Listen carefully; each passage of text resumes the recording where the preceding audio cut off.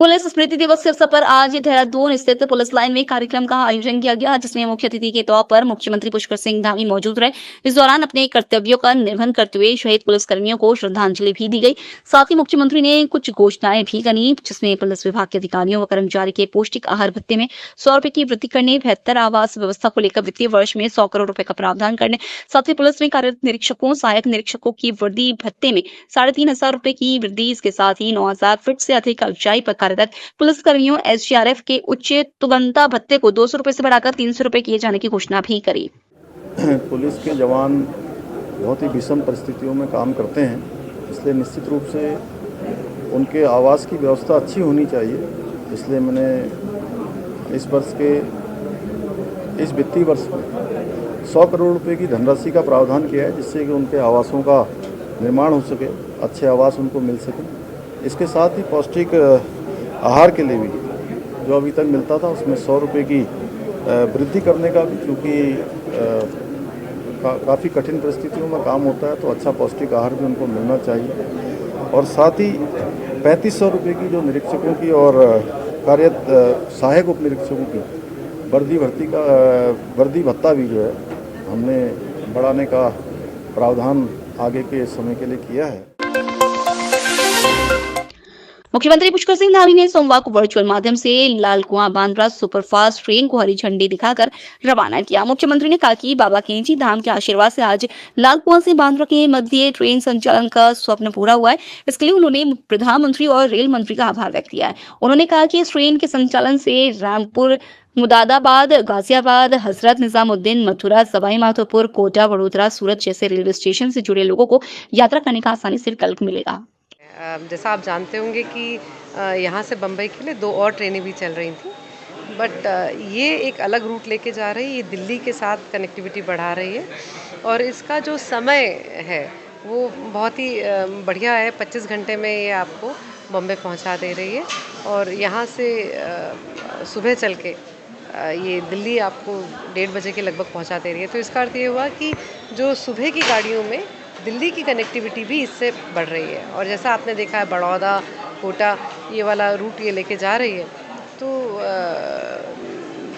जो दूसरे वाली थी वो मथुरा से आगे पकड़ रहे थे हम लोग कोटा के लिए, तो ये दिल्ली वाला इसमें एक्स्ट्रा आ जा रहा है। मुंबई की बार बार डिमांड आती थी कि रात दिन आना जाना होता है और वहाँ भी पर्यटक प्लेस है और आर्थिक राजधानी है और यहाँ पर सब लोग पिंडारी ग्लेशियर, नैनीताल और जिम कॉर्बेट पार्क, पुण्यागिरी माता, सब जगह जाना चाहते हैं। अब तो आदि कैलाश जहां माननीय प्रधानमंत्री जी गए थे, आवत जावत आने में बड़ी कठिनाई हो रही थी, लोगों को भी पर्यटकों को भी। तो हम लोगों ने बार बार डिमांड करी, तो मैं माननीय प्रधानमंत्री जी को, माननीय रेल मंत्री जी को बधाई देता हूं कि हमारी मांग उन्होंने मानी और मुख्यमंत्री जी ने पूरी तरह से इस मामले को आगे बढ़ाया। आज ये जो ट्रेन चली है ये तीसरी ट्रेन चल रही है। एक रामनगर से चलेगी बृहस्पतिवार को, एक शुक्रवार को काठगोदाम हल्द्वानी से चलेगी और सोमवार को लाल कुआं से चलेगी। अब कोई कहीं पर भी जाने आने जाने में भी अगर कभी आ जाता है इन तिथियों पर तो उसको तकलीफ नहीं होने वाली है। कल देर शाम बद्रीनाथ धाम पहुंची विधानसभा अध्यक्ष ऋतु खंडूरी ने बद्री विशाल जी के दर्शन पूजन किया और भगवान श्री बद्री विशाल जी की शयन आरती में शामिल हुई। वहीं आज प्रातः विधानसभा अध्यक्ष एक बार फिर से बद्रीनाथ मंदिर पहुंची और प्रातः काल की भोग आरती में शामिल हुई। श्री बद्रीनाथ धाम के मुख्य पुजारी रावल जी से भेंट की। रावल जी ने अंगवस्त्र भेंट किया। मंदिर पहुंचने पर श्री बद्रीनाथ केदारनाथ मंदिर समिति के उपाध्यक्ष किशोर सिंह पवार ने उनका स्वागत कर प्रसाद भेंट किया। आज कल मैं बद्रीनाथ धाम पहुंची। अलकनंदा के किनारे बद्रीधाम पहुंचकर बहुत ही आनंद महसूस हुआ, अलौकिक महसूस हुआ। बद्री विशाल के चरणों में पहुंचकर यहाँ शयन आरती देखकर साथ ही साथ अभी सुबह मैंने फिर दर्शन किए। मुझे बहुत ही सुकून और बहुत अच्छा लगा। ईश्वर से प्रार्थना की, बद्री विशाल से प्रार्थना की कि पूरे भारतवासियों पर अपनी कृपा बनाए रखें, आशीर्वाद बनाए रखें। साथ ही साथ कल मुझे पूरा जो मास्टर प्लान के तहत हमारे आदरणीय प्रधानमंत्री नरेंद्र मोदी जी का जो सपना है वो फलीभूत होते हुए दिखा। पिड़कुल ने इस वित्तीय वर्ष में अपने पिछले सभी रिकॉर्ड को तोड़ते हुए शासन को 11 करोड़ का लाभांश दिया है, जिसका चेक एमडी पिड़कुल ने मुख्यमंत्री पुष्कर सिंह धामी को सौंपा। इस दौरान मुख्यमंत्री ने भी राज्य को ऊर्जा प्रदेश बनाने की मूल संकल्पना की बात कही और विद्युत निगमों को भी पूरी सक्रियता से कार्य करने की अपेक्षा करी। वहीं प्रबंधक निदेशक पिड़कुल पीसी ध्यानी ने कहा कि मुख्यमंत्री पुष्कर सिंह धामी के मार्गदर्शन में पिड़कुल के 20 वर्षों के इतिहास में यह सबसे बड़ा लाभांश है। उन्होंने कहा कि बीते वर्ष शासन को हमने लाभांश में 5 करोड़ दिया था, जो इस वर्ष 2 गुने से अधिक 11 करोड़ दिया गया है। जी, पिटकुल का जो है 20 साल के इतिहास में सबसे बड़ा लाभांश जो है इस बार हमने 11 करोड़ का माननीय मुख्यमंत्री को दिया है। पिछले वर्ष 5 करोड़ का दिया था। पिछले वर्ष वित्तीय वर्ष में पिटकुल का जो प्रॉफिट था वो लगभग 27 करोड़ था और इस बार जो हमारा प्रॉफिट बढ़ के 141 करोड़ हो गया है।